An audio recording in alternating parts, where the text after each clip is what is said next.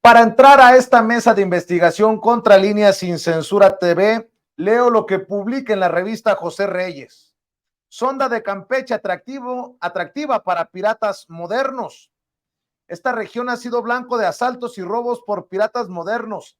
De 2016 a 2022 se registraron 685 ataques a buques, plataformas petroleras y pequeñas embarcaciones de pescadores. La piratería en la sonda de Campeche ha sido un problema recurrente que ha afectado a la industria petrolera en la región. Ha representado pérdidas económicas a la nación e incertidumbre en la seguridad marítima del país, advierten los tenientes de fragata Juan Carlos Jarquín Pérez, Juan Manuel Clemente Xochicale y Pedro Damián Castellanos.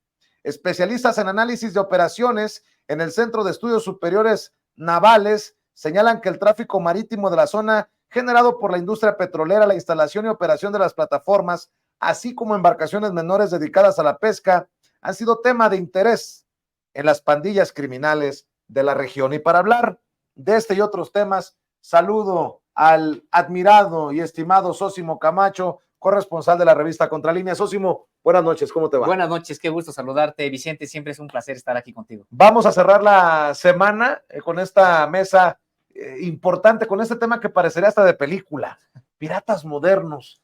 A ver, cuéntanos qué es lo que saben.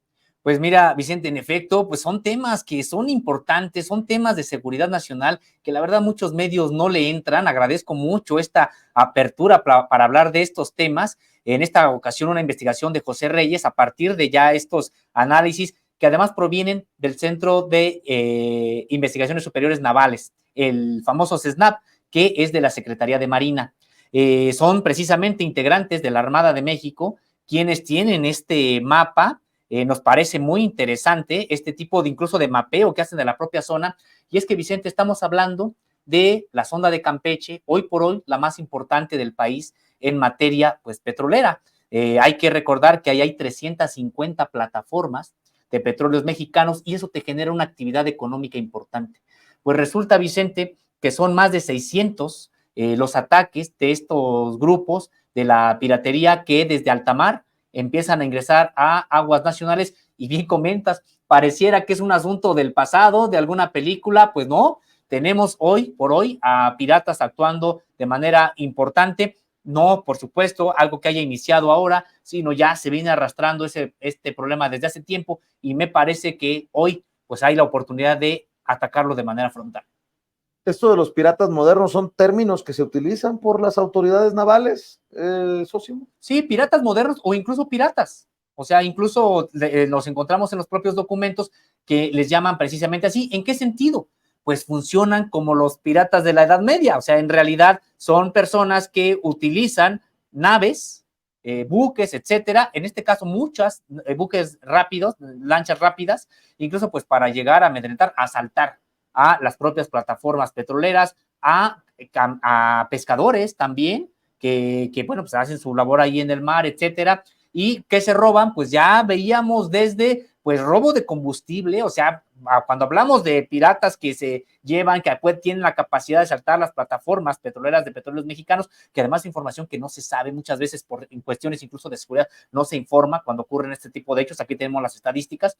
Eso por un lado, y por otro, pues también pueden llevarse las propias pertenencias, en este caso de pescadores, pero es un problema que iremos viendo, Vicente, que sí es importante porque estamos hablando de 350 plataformas ahí, y que durante mucho tiempo pues se les dejó hacer a este tipo de grupos de la delincuencia organizada. Y la sonda de Campeche, para más o menos ir entendiendo, es una zona marítima ubicada en las costas de Campeche y de Tabasco, en esta zona de primordial importancia, y así lo ha destacado el presidente Andrés Manuel López Obrador para su gobierno.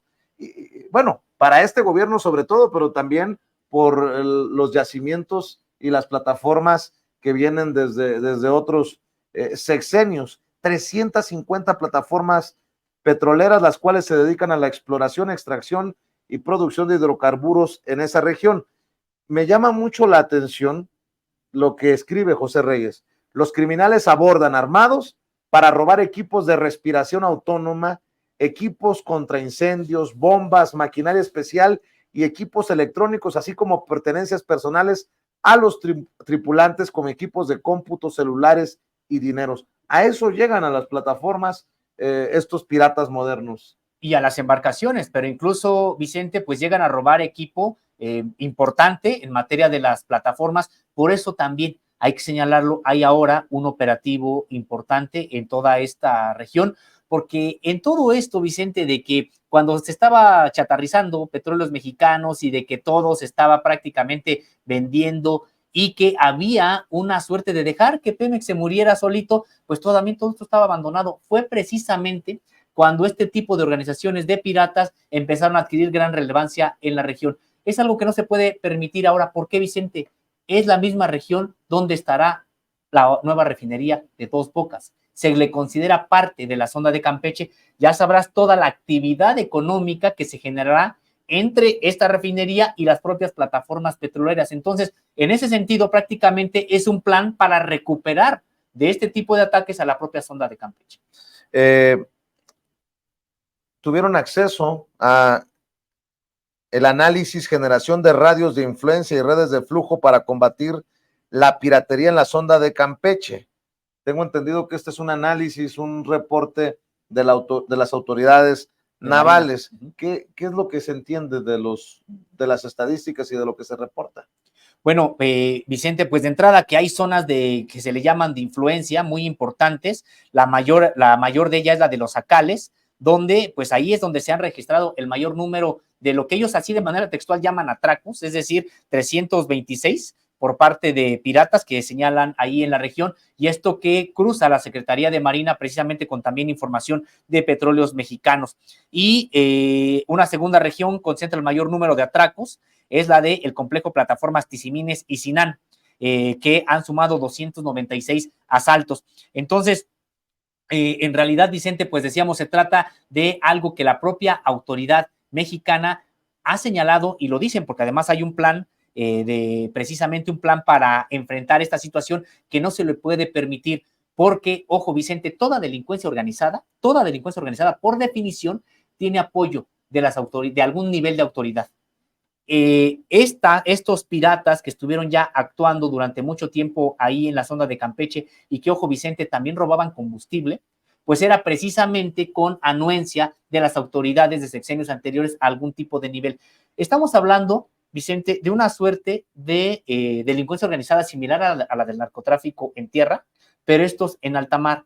En ese sentido, pues tiene que desmantelar todos los resabios que puedan quedar, incluso de complicidad con autoridades, para poder expulsar a todos estos actores que ya están en esta región, pues ya desde hace tiempo conocen, saben los manejos, etcétera, y por eso tienen esas capacidades de en qué momento, Vicente, pueden asaltar una plataforma, porque saben también que probablemente tiene determinadas vulnerabilidades. Entonces, es todo un plan que no nada más es de que, bueno, pues pon a la Guardia Costera, sino se refiere a situaciones de inteligencia, porque estos grupos, pues ahorita hablábamos de quitarle combustible incluso a los propios pescadores. No, hablamos de que tienen la posibilidad de robar hidrocarburo de las propias plataformas. Y uno se preguntaría, ¿y dónde termina lo robado? Por eso hablas de complicidad, porque de alguna manera tienen que traficar o vender este producto que roban. Y no es así de ya me robé lo de un buque o lo de una, no sé, de una embarcación y lo voy a vender en el tianguis, pues. O sea, suena absurdo lo que estoy diciendo. Vicente, es que de hecho lo que hemos nosotros revelado en las propias investigaciones de Contralínea, se robaban el hidrocarburo, lo sacaban de aguas nacionales y después lo metían y lo vendían a los propios petróleos mexicanos. Es impresionante, para eso necesitabas un nivel de complicidad de las propias autoridades, tanto de petróleos mexicanos como las propias navales, pues impresionante. Imagínate, Vicente, robarle el petróleo a las plataformas de petróleos mexicanos, sacarlo de aguas nacionales y llevarlo a alta mar, y luego regresar y decir, mira, te vendo petróleo que además habían sacado de petróleos mexicanos.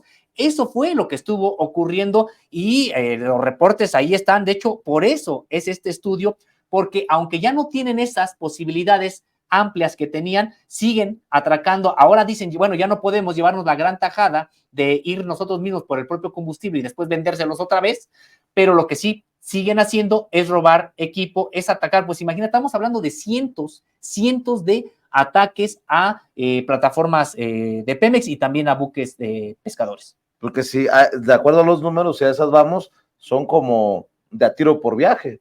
Mínimo un ataque o un atraco por día. Sí, así es.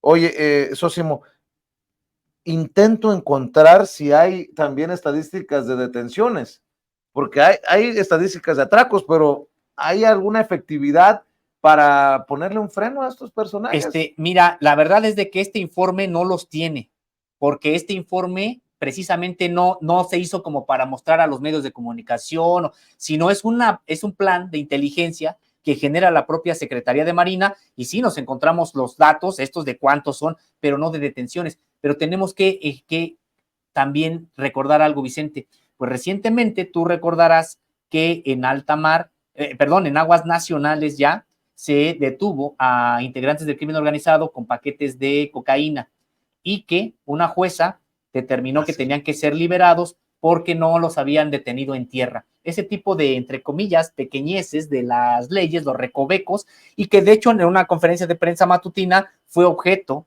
de denuncia al señalar, oye, pues si tenían los paquetes de cocaína, ¿cómo evocas tú? Y además fueron detenidos en aguas nacionales. ¿Cómo evocas tú que la Marina no tenía las atribuciones para hacerlo cuando no solamente es una armada para defender a México de la agresión externa, sino funciona también como guardia costera?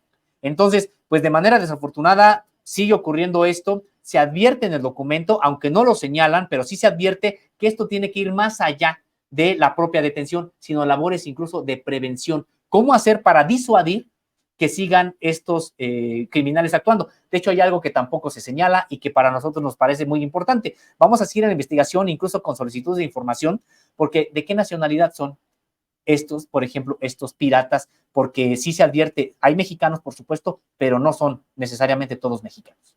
Estoy leyendo de esto que publica José Reyes. Dice, los tenientes de fragata, a los que hice referencia hace unos minutos, sostienen que las zonas de influencia pueden ser una herramienta útil en la prevención del delito, ya que se refieren a las áreas geográficas que rodean a un lugar determinado. Tal es el caso de las plataformas petroleras y tráfico marítimo en la sonda de Campeche. Estas zonas pueden ser identificadas como áreas críticas o de alto riesgo en términos de piratería. Un ejemplo de la aplicación de las zonas de influencia es el empleo de patrulla estacionaria.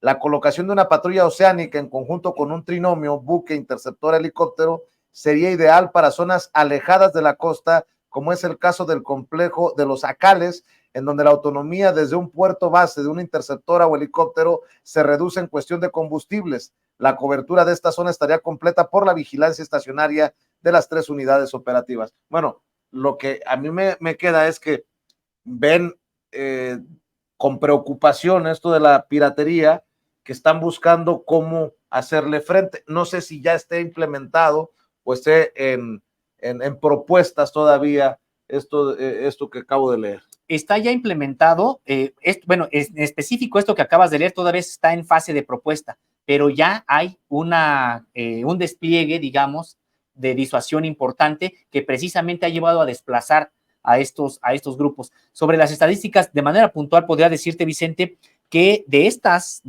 más de 600 ataques piratas en contra de plataformas de petróleos mexicanos y contra buques, incluso de pescadores, el mayor número, como decíamos, está en los Acales con 326. Tenemos a Tizimines con 163, Sinán 130 y aparece también Dos Bocas con 35, Enlace con 6, Fondeadero Ciudad del Carmen 5, Chiltepec 4 y Playa Pico de Oro 1. Es decir, hay claridad sobre cuál es el mapa y corresponde el mayor número de ataques, Vicente, con la mayor densidad de trasiegos entre buques, no solamente, de hecho, la mayoría ni siquiera son de pescadores, sino son precisamente de la actividad económica que generan las propias plataformas, es decir, el transporte del propio combustible o el transporte de trabajadores, toda esta densidad que le llaman ellos, es decir, estas actividades que se realizan, sí son precisamente donde más ha atacado esta delincuencia organizada que se identifica aquí como piratería. Qué interesante lo que decías, que no son todos mexicanos. Así es. Los piratas. No.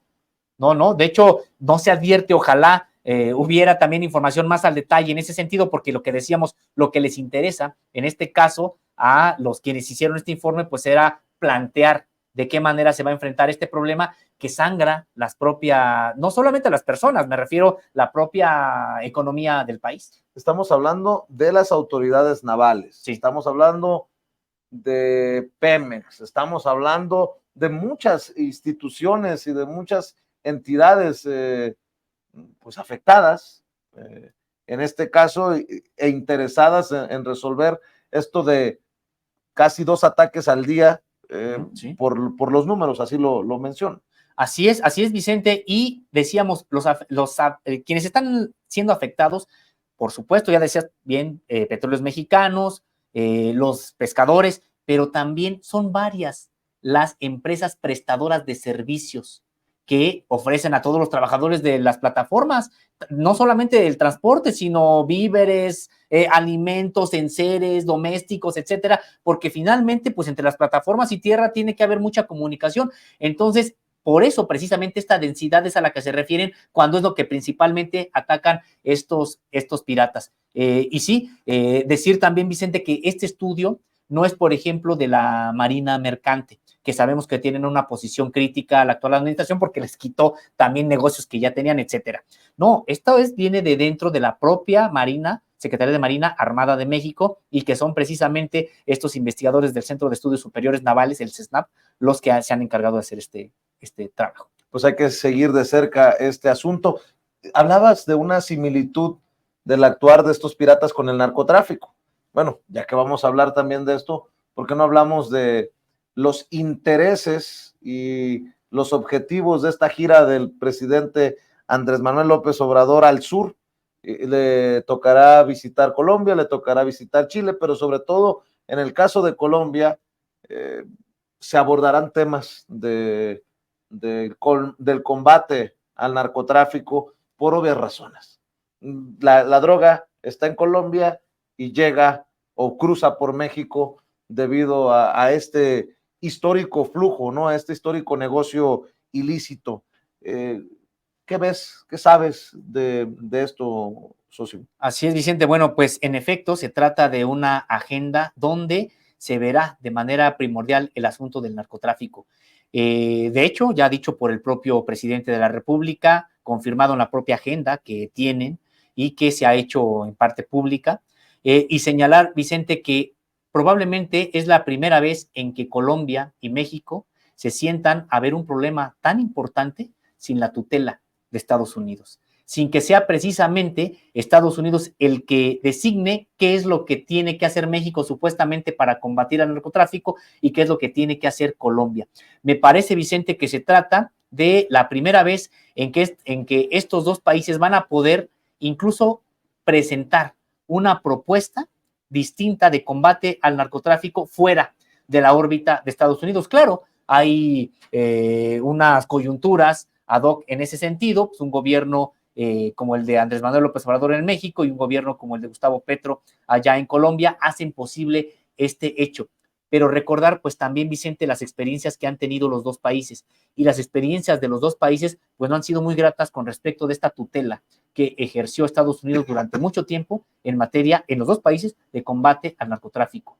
Recordar que los cárteles colombianos, porque así convenía al mercado de las drogas en el mundo, pues eran los hegemónicos en este tiempo de los 90s, los 80s, los 90s, hasta que se traslada esta estafeta, pues mala, pero que es hacia los cárteles mexicanos. Y los cárteles mexicanos entonces subordinan a los colombianos, y lo que en esta reconfiguración del trasiego de drogas con rumbo a Estados Unidos.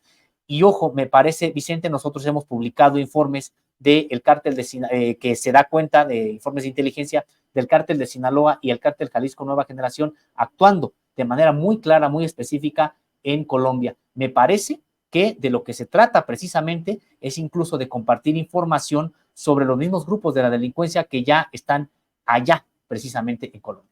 Llega el presidente Andrés Manuel López Obrador, o llegará a Colombia como uno de los líderes con mayor aceptación, con una gran autoridad moral hacia el norte también en su en sus negociaciones y diálogo con Estados Unidos, y llega a una Colombia de un Gustavo Petro mermado por el escándalo de su hijo y los dineros que pudieron haber terminado en su campaña presidencial del narcotráfico. Por ahí también va a ser interesante el tono y las formas y los acuerdos, los mensajes que salgan de esta agenda y de estas reuniones, Socio. Me parece incluso, Vicente, que el propio presidente, Andrés Manuel López Obrador, va a respaldar, o sea, le interesa de manera clara llevar este respaldo. Ya lo comentabas, el presidente mexicano tiene autoridad moral, no solamente ante el pueblo mexicano, por supuesto, sino incluso lo ven como una suerte de, pues de esperanza, incluso en varios sectores del propio continente latinoamericano, y me parece que va con ese respaldo a generarle al propio Gustavo Petro. El presidente de la República ya en una conferencia de prensa matutina pues dijo que sí, que lo respaldaba, no obstante de estos problemas que en efecto tiene su hijo, y que pudieron haber sido incluso generados desde que con esa conciencia de que algún día se los cobrarían al propio hijo, y hoy se están utilizando en contra de Gustavo Petro. Ahora, me parece importante también, Vicente, pues señalar que la propia Secretaría de la Defensa Nacional ha tenido claridad sobre el papel que ha estado jugando el cártel de Sinaloa y el cártel Jalisco Nueva Generación en el trasiego de droga, que incluso ya no pasa por México. Ya nosotros habíamos comentado en este espacio cómo el cártel Jalisco Nueva Generación y el cártel de Sinaloa, las dos organizaciones criminales más importantes de este con asiento en México, han podido incluso sacar de México el grueso de operaciones que, por ejemplo, van con rumbo a Europa. Hay que recordar que son estos cárteles mexicanos los que tienen la posibilidad realmente de distribuir en Europa grandes cantidades de drogas, no solamente de cocaína, pero bueno, principalmente cocaína, y que ya ni siquiera utilizan territorio mexicano, sino prácticamente es Colombia, y me parece que por eso es por lo que les interesa reunirse. Y la otra parte importante, sin la tutela de Estados Unidos, porque Estados Unidos es el creador, digamos, de una política fallida que nos dejó a un gobierno en México como el de Felipe Calderón y a un gobierno en Colombia como el de Álvaro Uribe.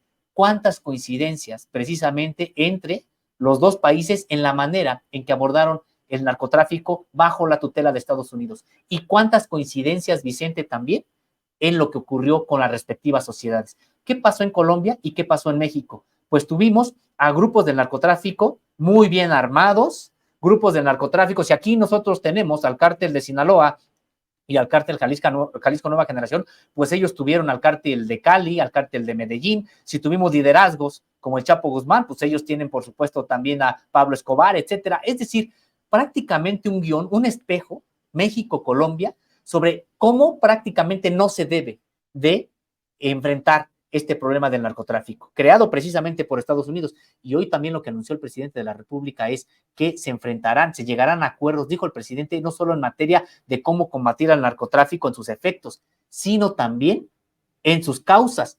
Hoy el presidente de la República dijo que evaluará de qué manera se pueden implantar programas sociales también allá en Colombia, pues en una suerte de cambiarle el discurso al propio Estados Unidos, ojo, sin su tutela. Y es importante, ¿por qué? Porque Colombia prácticamente pues es la base militar de Estados Unidos, o era en América Latina. Y esto se está haciendo, se están saltando prácticamente su permiso. Por supuesto que Estados Unidos para nada está a gusto con este encuentro entre México y Colombia para enfrentar el narcotráfico en algo que no es auspiciado precisamente por ellos. Qué interesante, porque el análisis de la visita, como parte de la cobertura, tenemos que llegar a definir el gran fracaso de Estados Unidos y cómo representa ese fracaso el tema Colombia y el tema México en esto de luchar contra las drogas o la guerra contra las drogas, como se les llamó. El plan Colombia, el plan Mérida en el caso de México, y cómo incluso esta relación Colombia-México sin la autoridad moral en otros gobiernos resultó desastrosa. Acuérdate de cuando trajeron al general Naranjo, ese caso es de llamar la atención.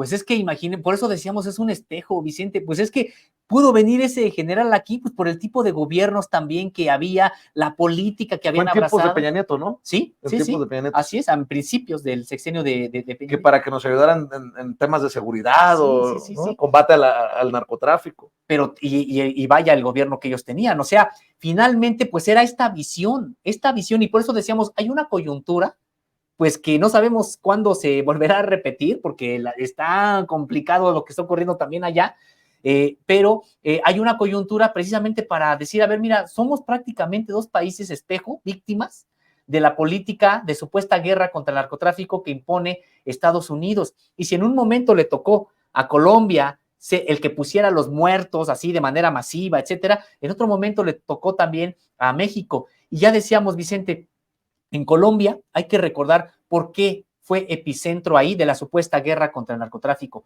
porque Colombia tenía movimientos armados en esa época, limpios, auténticos, en esa época las FARC, estoy hablando ya de hace décadas, y el propio ELN, dos movimientos que prácticamente habían ocupado más del 50% del territorio colombiano. La guerra contra el narcotráfico en Colombia fue realmente con razones de contrainsurgencia, porque ahí Estados Unidos pudo justificar entonces la creación de los grupos paramilitares sanguinarios que hoy todavía actúan ahí, las Autodefensas Unidas de Colombia, por ejemplo, y pudieron justificar la militarización de todo el país y por qué tenían que implantar la política de seguridad hasta llegar a las bases militares estadounidenses. Ese era el camino de México. Ese es el camino que pactó Felipe Calderón cuando también se hizo con una suerte de contrainsurgencia. Felipe Calderón no se podía parar en ningún lugar porque era repudiado. Todo el mundo sabía que había llegado a la presidencia de la República mediante un fraude monumental, probablemente superior al de Porfirio Díaz en 1910. Entonces, también lo que los gringos imponen a Felipe Calderón es, decimos, sí, te respaldamos, pero tiene que venir acompañado de una guerra que justifique todo lo que viene por parte de México. Fue un asunto de contrainsurgencia.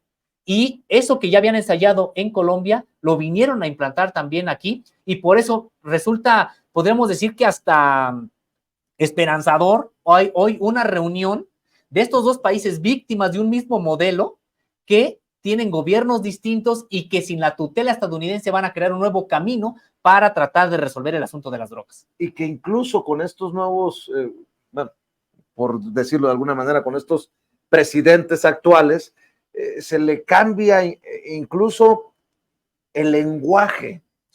Me acuerdo de Álvaro Uribe, de los falsos positivos en esos tiempos, acá en México los daños colaterales, y eso ya no se menciona, ya no es parte de nuestro diccionario en este momento histórico en nuestro país. Y eso ya de entrada pues es esperanzador, como dices.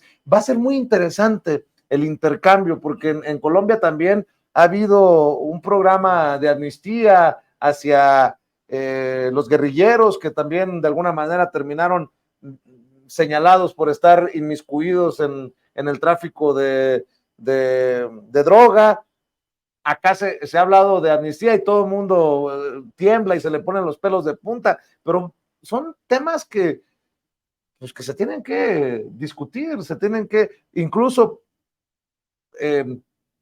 tratar de recibir esas experiencias para poder avanzar allá y acá. De hecho, Vicente, me parece que los medios de comunicación no todavía han aquilatado el peso específico que va a significar en toda la región, porque están atacando el corazón de una política intervencionista estadounidense en toda la región que fue el pretexto de la guerra contra las drogas. Aquí nos están hablando de que, a ver, necesitamos, no, el diálogo no es, a ver, ¿cuántos soldados necesitamos? ¿Cuántas municiones?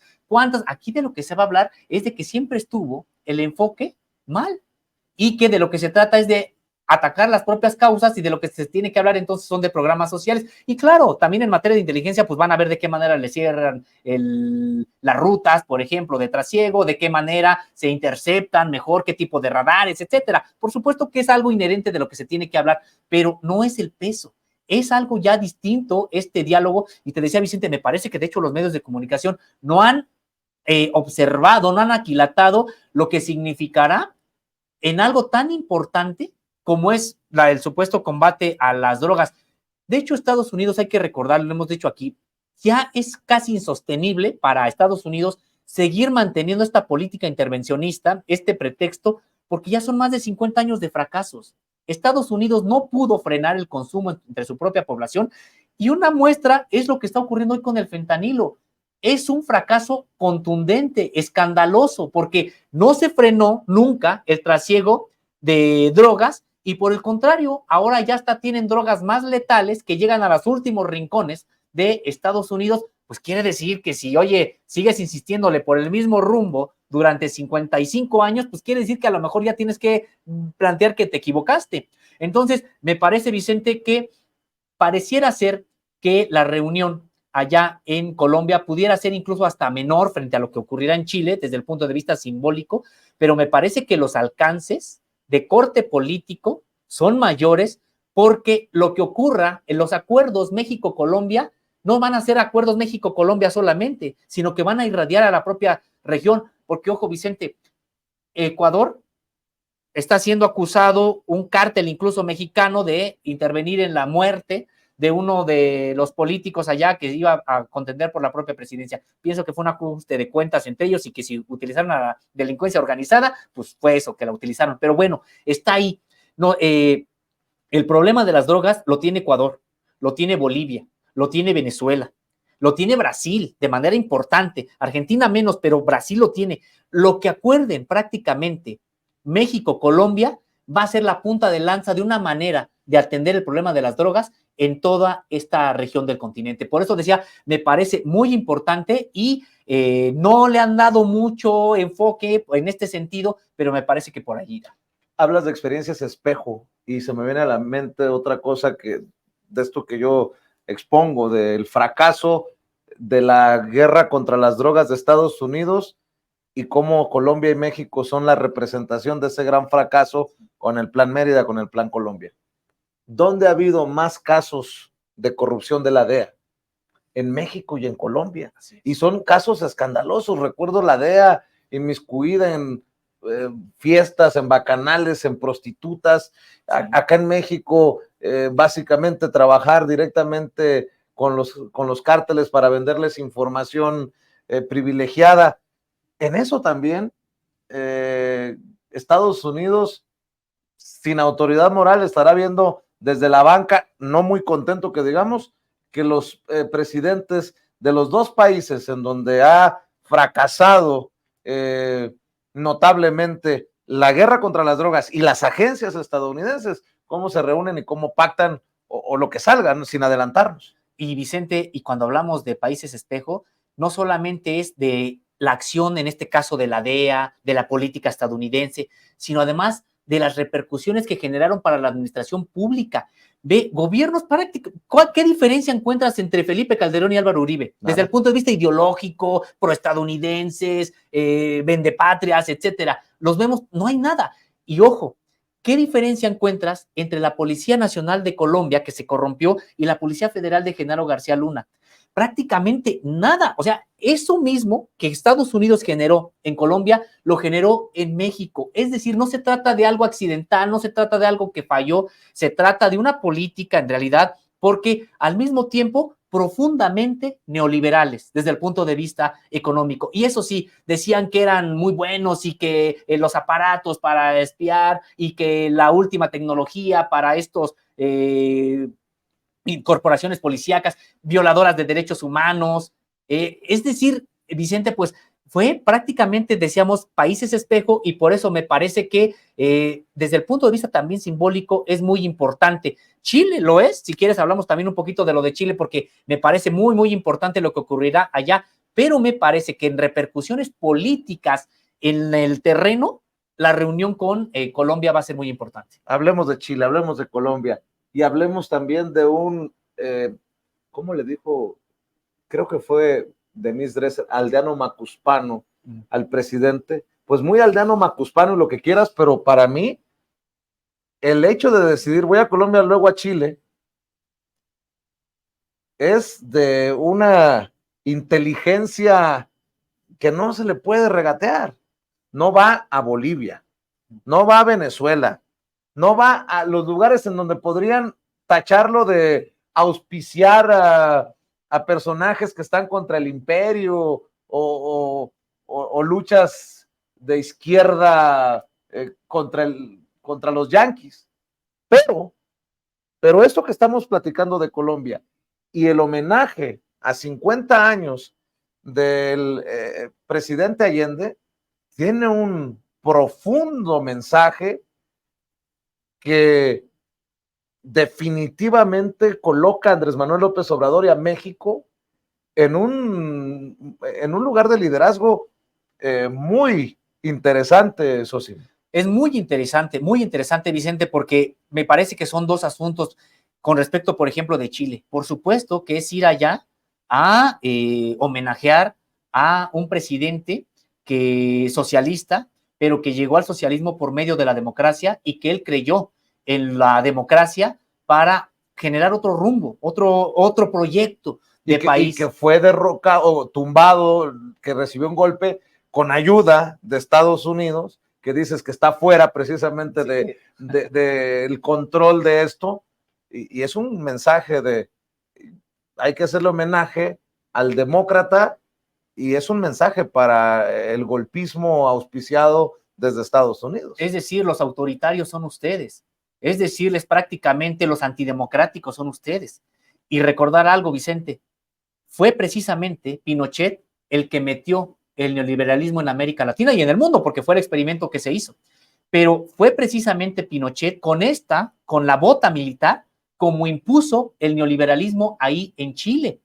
Hay que recordar, ese fue el primer gobierno neoliberal de la historia, precisamente derrocando a un presidente socialista y mediante la bayoneta, la violación masiva de los derechos humanos, los crímenes de lesa humanidad, las desapariciones forzadas, imponer este modelo que después lo pintaron de democrático y decir, no, pues es que la democracia y el libre comercio, etcétera. No, a ver, sí, por eso es muy importante el mensaje que habrá precisamente allá en Chile, porque es prácticamente un nunca más y es un yo acuso. Lo que ocurrió precisamente ahí en Chile fue la instauración de eso, de este modelo neoliberal que hoy siguen defendiendo. Pues aquí en México tenemos a nuestras oligarquías pripanistas ahí, cada país latinoamericano tiene las suyas, pero me parece que sí es una manera de decirles eso. Ustedes son los antidemocráticos, los que metieron el neoliberalismo aquí en México. Y un presidente totalmente que le apostó a la democracia, sí, transformar de manera profunda, radical, el sistema político y el sistema económico chileno, pero que fue derrocado, pues no mediante las urnas, no fue derrocado mediante un plebiscito o alguna forma democrática, fue derrocado por medio de la bayoneta de un militar que apoyó hasta las últimas consecuencias Estados Unidos y que de manera muy desafortunada también murió en la impunidad. Pues fíjate el mensaje, ¿no? Voy al lugar o al país en donde se instaló a bayoneta limpia el neoliberalismo y vengo a decirles que estamos desapareciendo el neoliberalismo, estamos luchando contra el neoliberalismo de forma democrática y con el pueblo de nuestro lado. Y eso nadie se lo va a poder refutar. La lista de los presidentes, de los líderes mundiales, está encabezada por Narendra Modi de India y en ocasiones Andrés Manuel López Obrador en segundo o en tercero, más en segundo que en tercero. Y yo hablo de un estadista que elige con sabiduría los lugares que va a visitar y las razones por las que va a visitar y el mensaje que va a dejar eso. Y ahora un mensaje también que me parece muy importante, Vicente, pero que todavía está por verse cómo se acomodará, pues es precisamente la relación con los otros jefes de Estado que también vienen de luchas importantes. Es decir, estamos hablando de Lula, de Luis Ignacio Lula da Silva, estamos hablando del propio Alberto Fernández con todos los problemas que tiene Argentina y lo que sabemos que puede ocurrir también allá. Recién incorporado al BRICS. Hacia allá iba, porque por supuesto están estos liderazgos importantes, pero también hay que recordar algo. Andrés Manuel López Obrador no fue de la idea de crear un área de libre comercio para los pueblos de América a semejanza del ALBA. Dijo Andrés Manuel López Obrador que por razones de geopolítica, de geografía incluso, mera geografía, México iba a seguir con el Telecán, y les proponía a los demás países de América Latina generar un tratado de libre comercio no abusivo con todo el continente. Y prácticamente pues dijeron no, y recordarás que se suspendió la cumbre que iban a tener Brasil, México, Argentina, estaba todavía incluso Uruguay, Perú, que todos estos países iban a tener, y prácticamente se suspendió. Y muchos dijeron, ¿por qué se suspendió? Porque no hubo acuerdo, porque en efecto Brasil pues le apuesta todo, ya vemos al BRICS, y el BRICS, Vicente, se convierte en un polo que viene a disputarle de manera clara en los hechos, no en el discurso, en los hechos, la hegemonía de Estados Unidos. Hay que recordar que está China, está la India. No solamente se trata de los países más poblados del mundo, se trata de países con un desarrollo tecnológico ya impresionante, que incluso en el caso de China ha dejado ya atrás en algunos aspectos a Estados Unidos. Y en el caso de la India, pues recordarás que en días pasados ya alunizaron también, ya tuvieron la oportunidad de llegar a la luna. Estamos hablando de economías muy, muy competitivas que ya están rebasando a la estadounidense, y hablamos también de, en el terreno militar, tienen no solamente a China, que es una potencia nuclear, sino tienen al ejército ahora ruso también, porque está Rusia ahí, con el segundo ejército más poderoso del mundo. Entonces, Vicente, va a ser importante el diálogo que establezca el presidente mexicano con Brasil y con Argentina, que dicen ellos, seguimos siendo hermanos y todo, pero ustedes están en el BRICS y nosotros estamos en el otro polo hegemónico, que es el de América del Norte. Nada más para el contexto: Argentina, Egipto, Etiopía, Irán, Arabia Saudita, de los nuevos miembros del BRICS, que lo que, en otras palabras, es una desdolarización de las economías, que va precisamente en ese sentido contrario a lo que proponía para nuestro continente el presidente Andrés Manuel López Obrador, quien siguió defendiendo el uso del dólar por obvias razones. A México nos toca. De llamar la atención también la conversación, el diálogo entre Andrés Manuel López Obrador y Gabriel Boric, el presidente de Chile. El presidente Andrés Manuel López Obrador no le dio la presidencia de este grupo del Pacífico a Perú, a Dina Boluarte, por el golpe de Estado contra Pedro Castillo. Se lo da a Boric, y Boric decide dárselo a Dina Boluarte. Algo que está ahí para el análisis. Y digo, nada más por no dejar, pues después vimos a Lula abrazado de Dina Boluarte, y hemos visto ahí cosas extrañas hacia Latinoamérica que en ocasiones son difíciles hasta de analizarlas. Sí, es que también el contexto individual de cada país a veces me parece hace que nosotros no entendamos, y no tenemos a veces, por supuesto, para nada que justificar, sino a veces tampoco comprendemos este tipo de recovecos que hay en las propias relaciones, porque ellos también de momento dicen, pero México, ¿por qué en vez de jalar con nosotros estás jalando con Estados Unidos? Es decir, me parece que con todo, Vicente, con todo y esto, que las desavenencias que podemos ver, yo creo que se sientan de todas maneras las bases para una mayor integración de América Latina, con todo y estas disfunciones que podemos ver de los propios gobiernos, y me parece que por eso esta gira también es tan importante, porque México va a estar ahí. Ahí va a estar precisamente con todo esto que ya tú mencionabas, con toda esta carga de autoridad moral que puede tener el presidente mexicano, va a estar ahí. ¿Qué propuestas? No solamente las del combate al narcotráfico, sino incluso de carácter de integración latinoamericana se podrían generar. Yo sí tengo expectativas con eso, por más de las diferencias que hay. Hoy hay más coincidencias que hace 10 años de los países latinoamericanos. A ver si no termina dándonos una sorpresa el presidente, que esos programas sociales que en la derecha mexicana los conservadores escupen y buscan hasta ridiculizar, termina dejando ahí la semillita en Colombia o en Chile, ¿no? Si ya empezamos en Centroamérica con jóvenes construyendo el futuro y sembrando vida, pues, ¿por qué no? Sí, pues sí. Y entonces sí, ¿qué van a decir? Que Andrés Manuel López Obrador es un loco, que es un no preparado, ¿qué? O sea, ¿qué? No, es que es el colmo que le regateen hasta lo que es evidente. No, Vicente, lo que comentabas, ¿no? De prácticamente aldeano, etcétera.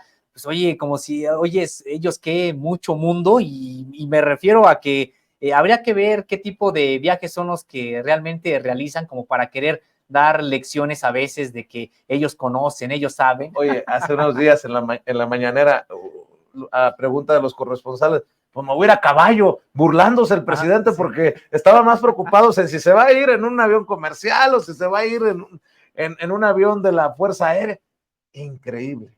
Por eso es que estos periodistas, Vicente, pues no pueden ni siquiera enfocar la magnitud de lo que podrá dialogarse en Colombia, porque ellos están viendo en qué se va a ir el presidente, y por eso el presidente dice, pues igual y me voy en caballo, ¿no?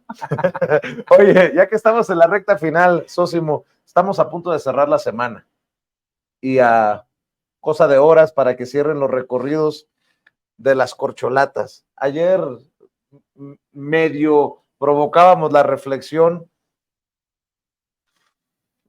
¿cómo se llega? Decías tú que a poner curitas después del 6 de septiembre que se haga el anuncio de coordinadora o coordinador, pero ¿no te da la impresión de que así fuera el Güero Velasco, que obviamente no va a ser, la oposición no tiene con qué dar batalla? ¿O si tú crees que haya posibilidades de que se ponga más complicada la situación en el 2024 de lo que aparenta? Porque del otro lado ves o a Beatriz Paredes o a Xóchitl Gálvez.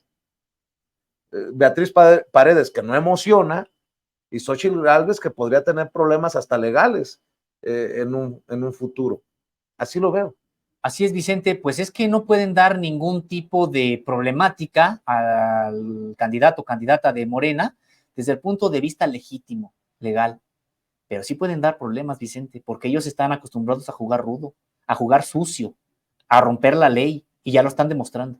Yo, la verdad, Vicente, yo no creo que vaya a ser este proceso electoral que sigue un día de campo para Morena, porque sí, de manera muy clara, tiene ventajas.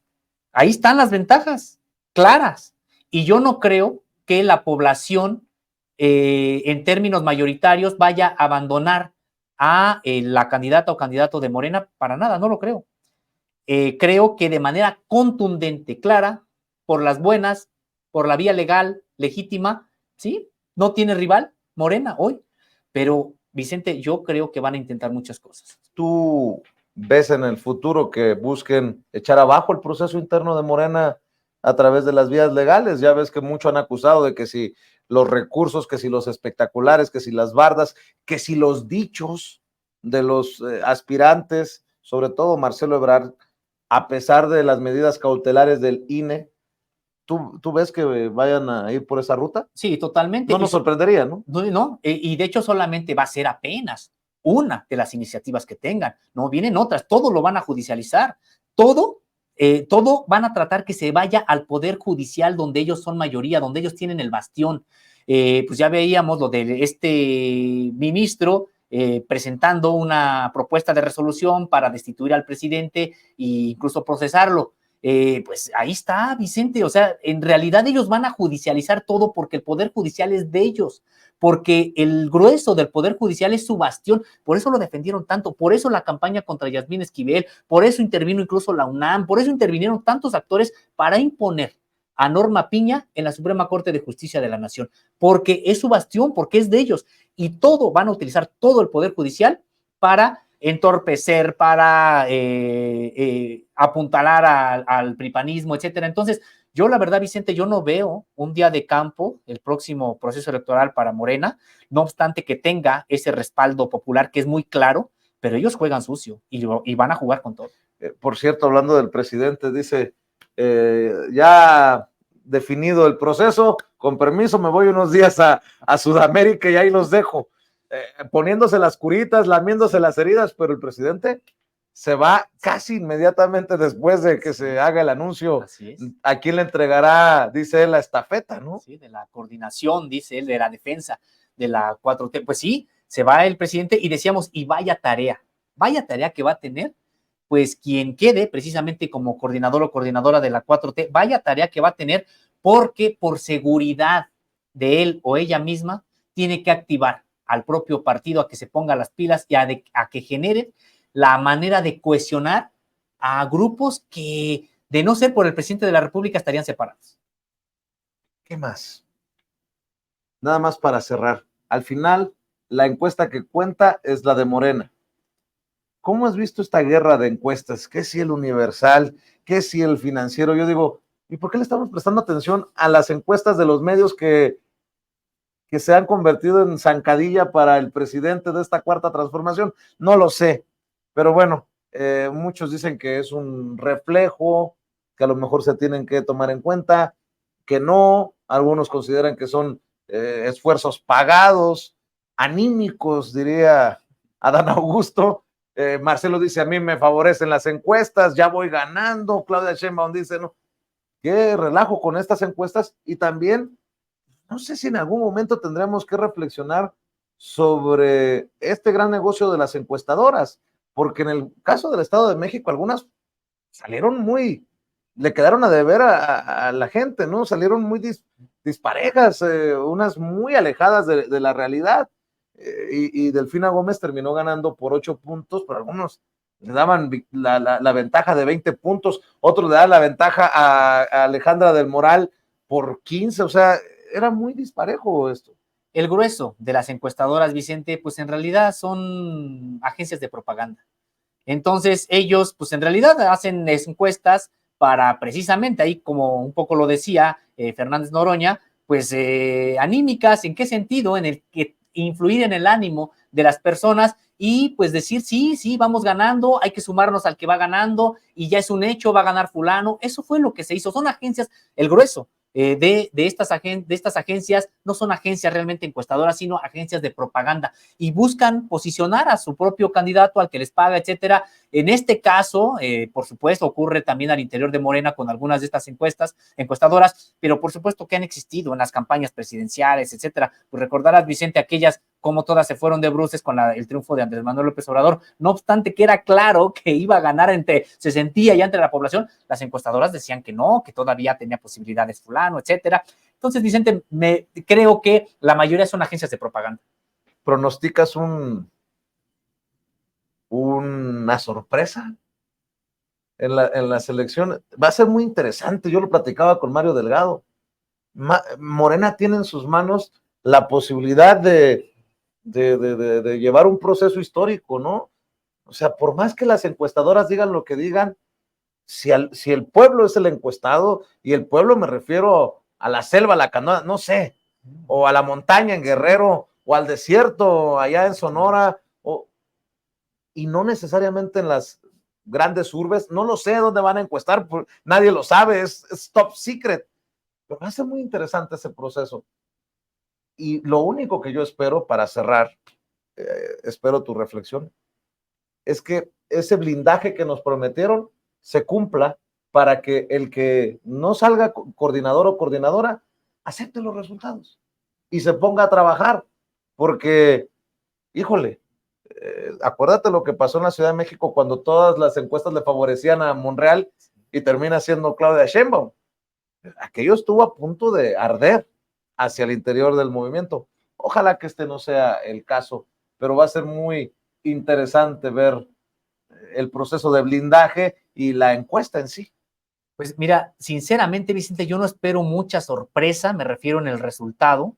Lo que creo, Vicente, es que sí puede haber algún tipo de inconformidad de manera intensa por lo que ya han dicho algunos, de uno prácticamente de los propios integrantes de Morena, en el caso de Marcelo Ebrard, que Marcelo Ebrard avanzó incluso a prácticamente acusar a una Secretaría de Estado de tener los datos cargados. Y cuando dices eso, Vicente, pues a lo mejor no lo nombras, pero estás acusando al presidente de la República, que es claro, el jefe del Estado mexicano. Entonces, yo por eso dije, parece ser que incluso Marcelo ya va en la ruta del rompimiento. Después le bajó como quedó rayita, ya después dijo, no, hay unos que quieren que me vaya, pero yo voy a seguir, etcétera. Entonces, como que hubo, no sé si alguna especie de reflexión ahí. Yo creo que sí va a tener que generarse un proceso de conciliación, si es posible, importante, y para eso, bueno, pues van a tener que trabajar muy fuerte quien sea la persona que es designada. Y por ahí me apuras tantito, será el presidente el que los vuelva a sentar para cenar, dijo él, a mí se me hace que fue leída de cartilla, y pues que le bajen.